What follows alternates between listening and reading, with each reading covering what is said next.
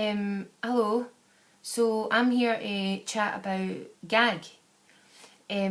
So first of all, who is GAG? Well, GAG is a group of artists, poets, rappers, academics and activists that want to explore a different way of organising and a different way of working together using problem-posing education, which is developed in this book, Pedagogy of the Oppressed, by Paulo Freire.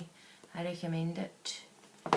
And this is a learning that's based on questioning, on dialogue. It is a rejection of top-down education, of passive learning, and its basic premise is that we all have knowledge of our own lives, and that only through dialogue with each other as equals can we understand our concrete reality and develop a plan of action, what Freire calls a praxis. And this plan of action would allow us to overcome what limits us.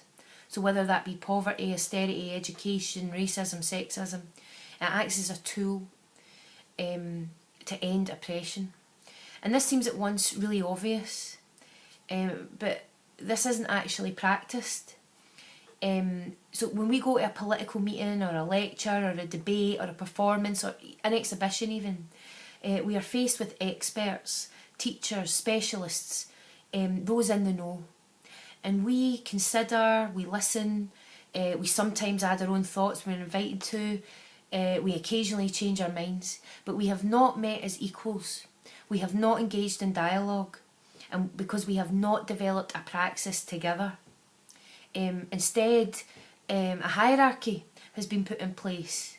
Those that know best, those that know more, those that have a greater understanding or supposed understanding of politics, of events, of culture, of art. And at GAG, we don't think this is right. We know that from the knowledge of our own lives that we know about art, we know how we feel about it, we know the role politics plays in our lives, and we want to kind of turn that around a wee bit. So I was thinking about what makes an artist want to do better, or what makes a good artist, or how do we change and develop as artists and as activists and as humans. And I think it's when we really engage an audience, and not just an audience of our peers, although validation is important and we all need that, but an audience out with that. And it's that moment when we listen to the audience and the audience itself becomes a performer. Because we were all at that point in one stage in our lives. We were that audience until something happened, till we heard something or saw something or felt something that changed that, and we began to participate in our own lives. We became performers, and that's kind of what dialogue allows. It allows us to participate in our own lives, and what Freire calls it, he calls it naming the world.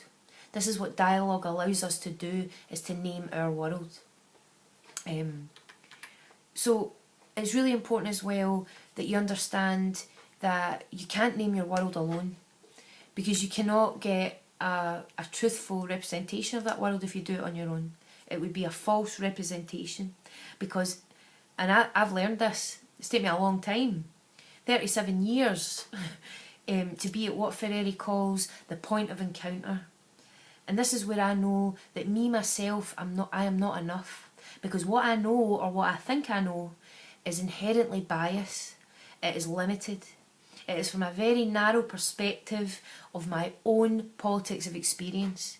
And for me to name the world, just on my own, cannot name it correctly. And if I don't name it properly, then I can't develop a praxis that will transform it. So we have to do that process, go through that process together.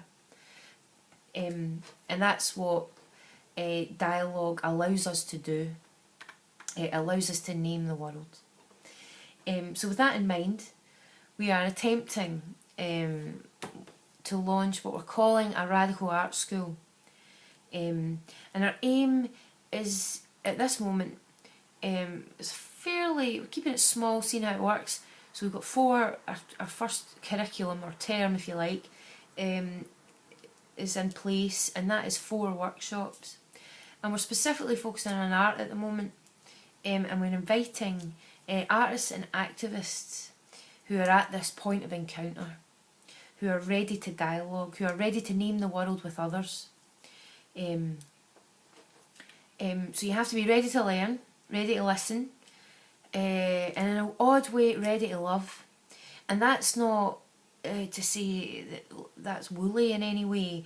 It's not a romantic love or a sentimental love, but one born of injustice, and a justice that you've witnessed or been done to you, and a desire to change things.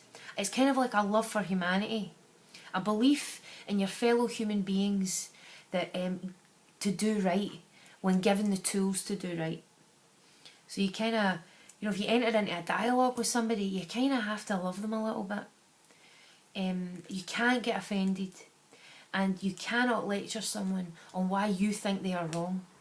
Instead, you must ask questions of yourself, of each other, and by asking the right questions of each other and with each other, we can develop meaningful solutions together. And these meaningful solutions translate into actions.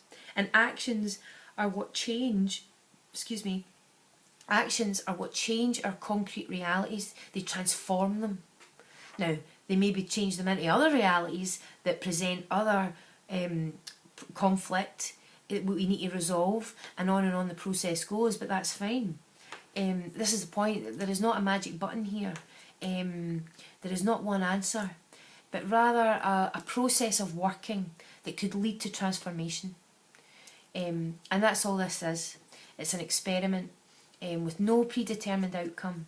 And the only guarantee is that we'll all learn something. That's it. So the plan as it stands is to launch the school at an exhibition event, one-day event, with performance, bit of chat, some community engagement, where we will have produced what we're calling a Ferreri fanzine. And this is going to act as a tool for accessing the workshops.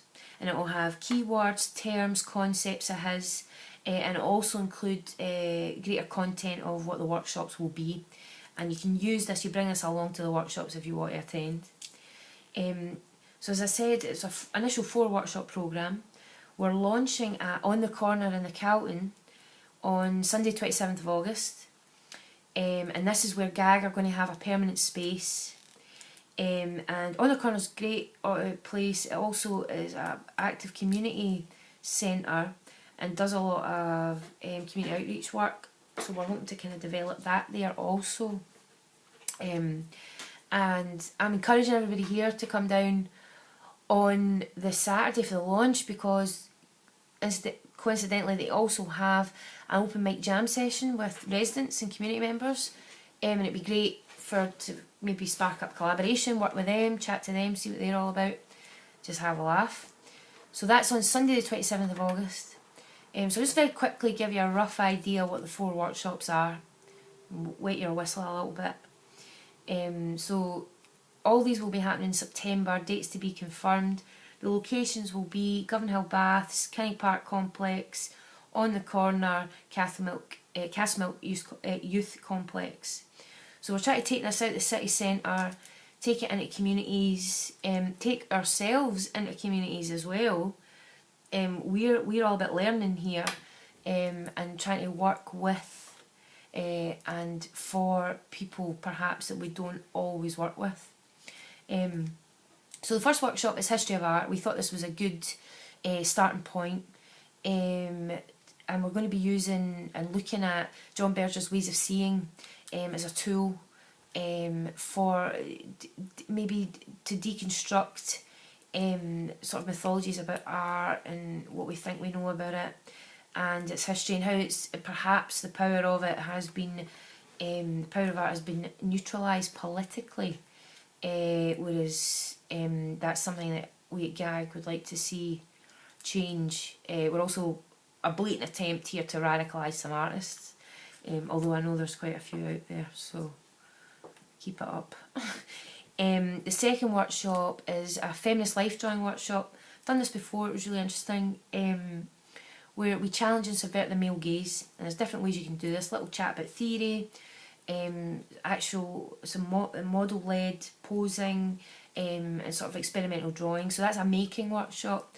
There'll be a minimal fee for that. Probably we're looking at £5 for a session to pay for the model and materials. I'm encouraging as many blokes to come to that as well. We at GAG are not fans of ally politics.